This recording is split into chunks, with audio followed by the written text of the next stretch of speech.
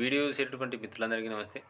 Constable mains రాత పరీక్షకి అయితే దాదాపుగా చాలా తక్కువ టైం దొరికేటటువంటి అవకాశం ఉంది. పూర్తి ఈ యొక్క సమాచారాన్ని మీకు తెలియజేసేటువంటి ప్రయత్నం చేస్తాను. అందుకంటే ముందుగానే ఎవరైతే కోచింగ్ సెంటర్కి వెళ్ళినటువంటి తెలుగు మీడియం కానిస్టేబుల్ అభ్యర్థులు ఉన్నారో లక్ష్యమైనటువంటి టెలిగ్రామ్ గ్రూప్లో జాయిన్ కండి. దాదాపుగా 190 మంది కానిస్టేబుల్ అభ్యర్థులు ఈ యొక్క లక్ష్యమైనటువంటి టెలిగ్రామ్ గ్రూప్లో జాయిన్ అయ్యి కనీసం 120 నుండి 130 మార్కులు సాధించే విధంగా నేను ప్రణాళికాబద్ధంగా ఇచ్చేటటువంటి pre planned time table 10 hours time table follow అవుతూ ప్రతిరోజు వారు చదివినటువంటి టాపిక్స్ మీద సబ్ ఇన్స్పెక్టర్ రేంజ్లో ఎగ్జామ్స్ రాస్తూ కానిస్టేబుల్ మెయిన్స్ రాత పరీక్షకి అయితే ప్రిపేర్ అవుతూ ఉన్నారు.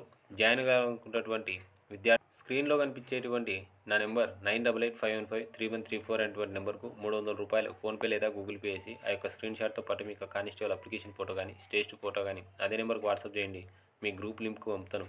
కనీసం 120 నుండి 130 మార్కులు సాధించే విధంగా తయారు చేసినటువంటి ప్రణాళికాబద్ధమైనటువంటి టైం టేబుల్ ఫాలో అవుతూ ప్రతిరోజు ఎగ్జామ్స్ రాస్తూ మీ యొక్క కానిస్టేబుల్ మెయిన్స్ రాత పరీక్షకు సంబంధించినటువంటి ప్రిపరేషన్ను కొనసాగించండి. ఇక టాపిక్లోకి పోతే దాదాపుగా ఈ యొక్క కానిస్టేబుల్ పోస్టులకు సంబంధించి 39,000 మంది వచ్చేసరికి మెయిన్స్ రాత పరీక్షకి అయితే అర్హత సాధించడం అనేది జరిగింది.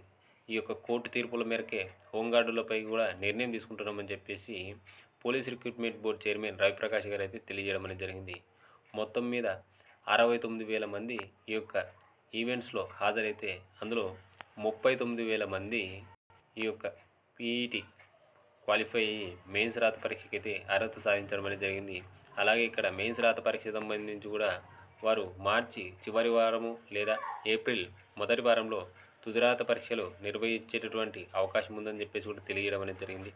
కాకినాడ జేఎన్టీయూకు పరీక్ష నిర్వహణ బాధ్యతలు అప్పగించామని కూడా వారు తెలియజేయడం అనేది జరిగింది. అంటే మన ప్రిలిమ్స్ పేపర్ కూడా కాకినాడ జేఎన్టీయూ వారే తయారు చేశారు.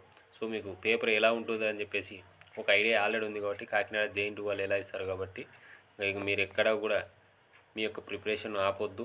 ఎంత ఎక్కువ వీలైతే అంత ఎక్కువ చదవండి. కోచింగ్ సెంటర్కి వెళ్ళలేని వాళ్ళు కోచింగ్ సెంటర్కి వెళ్ళండి. కోచింగ్ సెంటర్కు వెళ్ళలేనటువంటి పరిస్థితులు ఉన్నటువంటి విద్యార్థులు ఎవరైనా ఉంటే లక్ష్యమైనటువంటి టెలిగ్రామ్ గ్రూప్లో జాయిన్ కండి. బాగా కష్టపడి చదవండి.